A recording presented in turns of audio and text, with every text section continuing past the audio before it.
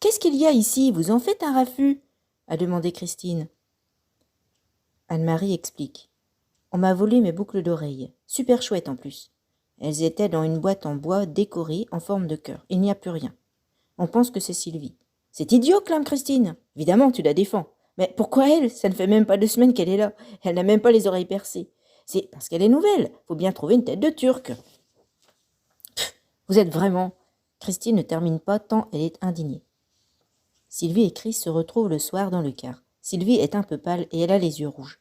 Quand Chris le remarque, elle lui demande ce qui lui est arrivé. « Oh, je ne sais pas. Je suis peut-être malade. »« Tu devrais savoir. » Chris laisse quelques secondes sa main sur le front de Sylvie et lui dit. « Tu ne vas pas être malade.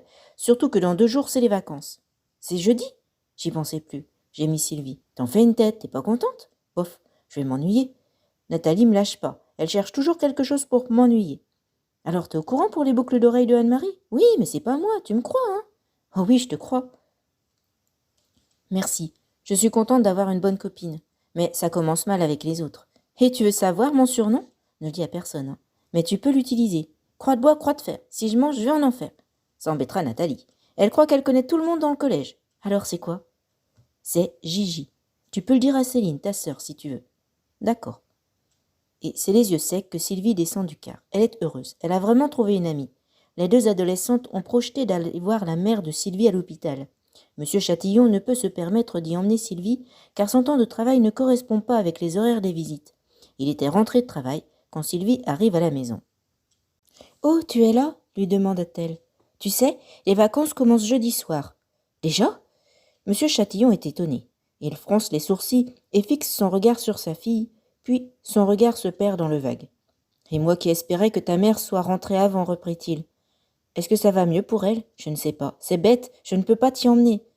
Au fait, je t'ai déjà parlé de Christine. » Et Sylvie raconta à son père que Christine avait proposé de demander à son père s'il voulait les emmener à l'hôpital.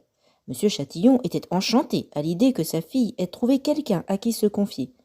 Celle-ci énuméra ses compagnes de classe. Il y a Anne, qui est la première en classe. Dorothée, qui dessine super bien. Nathalie, qui ne m'aime pas.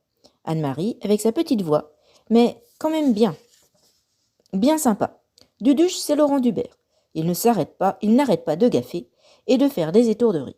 Stéphane, le grand blond aux cheveux bruns, comme il dit. Et Chris. Chris, c'est le surnom de Christine. Oui. Je ne t'ai pas cité tout le monde, tu sais. On est 18 en tout dans la 5e 2. Dis voir, papa, comment pourrais-tu nous emmener, Sylvie et moi, à l'hôpital pour voir sa mère? Qu'est-ce qu'il y a? Quand ça? Demanda madame Tinopoint, debout devant un vieux panier posé sur l'évier. Elle épluchait des pommes de terre pour le dîner. Eh bien, je ne sais pas. Pendant les vacances, reprit Chris. Mais tu sais très bien que tu vas au sport d'hiver, répondit son père. Salut la compagnie, c'est moi que v'là, fit la voix enjouée de Céline. Je reviens du lycée, on n'a pas cours. Jeudi, vive les vacances. Tes profs sont tous absents? Oh, pas tous, mais j'avais des heures de permanence déjà. Eh oui, c'est la belle vie, papa. Dites donc, et notre conversation alors? Rétorqua Chris furieuse à l'idée que sa sœur soit déjà en vacances et qu'elle intéresse plus ses parents.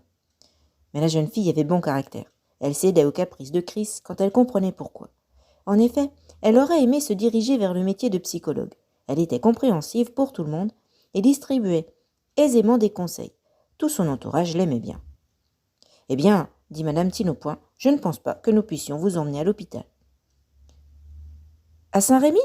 J'y vais vendredi apporter son cadeau de Noël à madame Dupont, rétorqua Céline. Vous n'aurez pas peur avec moi? Ben, t'iras en quoi? Ah, en moto! Il y a 3 places sur ta 120? Bien sûr! Je demanderai le 3e casque à Renaud. Il me le prêtera. Merci, mademoiselle Céline.